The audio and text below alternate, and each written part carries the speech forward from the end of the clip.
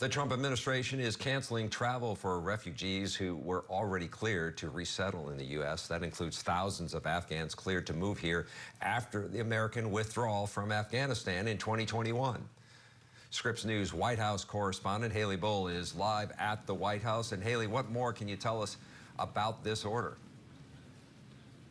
Yeah, Charles, as the administration is swiftly enacting tougher immigration policies, some organizations are raising concerns about the impact on Afghan nationals who aided the United States and their family members. The State Department notified some organizations this week that refugee travel, case processing, and pre-departure activity is being suspended, according to an email that was sent to some groups. Now, that follows President Trump's executive order signed earlier this week suspending the country's refugee admissions program that was not due to take effect until January 27th for at least 3 months, with exemptions only on a case-by-case basis. Now, the group Afghan evac, that's a coalition formed in the aftermath of the United States withdrawal from Afghanistan to aid allies in the evacuation effort, warns that this could impact thousands. They estimate there are at least 10,000 Afghan refugees already cleared to resettle. They are now urging the administration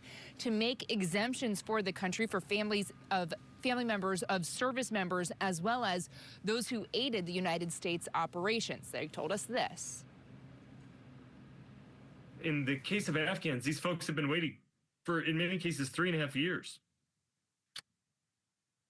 And these are people that are known to, imagine if you're an Afghan American serving in the United States military and you have to go to work on Monday and tell your chain of command that your mom was killed because the Taliban tracked her down and slit her throat. That's the kind of things that are already happening. And we had this mechanism to make sure that these folks would come out. But on Monday, Donald Trump wiped it all away with a stroke of the pen. But we think it's a mistake. We know that Donald Trump campaigned on this. Now, the group has been pressing the administration. It previously sent a letter to it and congressional members signed by more than 700 folks urging for more protections and more special immigrant visas. That is a separate program and pathway used that the State Department email indicates the guidance does not apply to. That letter states, quote, "This mission is about loyalty to those who put themselves in harm's way for us, and loyalty to the principles that define who we are as a nation and a leader on the global stage." But at last check, the group does not indicate that the administration has engaged in a conversation, but that they do indicate they are hopeful that the White House will come to the table, recognizing that this was an issue that was a major part of Trump's election campaign to his second term in office. Yeah, you can understand why they want to have some sort of dialogue or conversation based on that letter. So, Haley, are you hearing about any impact at this point?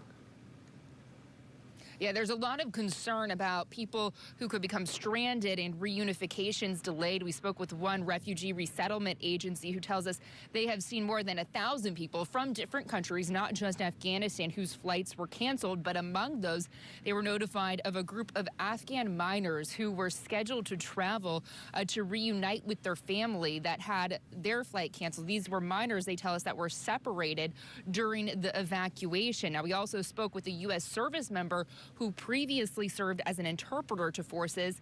They tell us their sister was in the final stages of the refugee process, expecting a flight out in just a couple months, but now they have not heard updates on that case and are waiting to hear next steps. They told us, quote, "I was awake until like 2 a.m. last night, sending emails and talking to people. I've done everything I can so far, and it hasn't worked." So certainly a lot of concern among those impacted and the organizations working to help them today, Charles.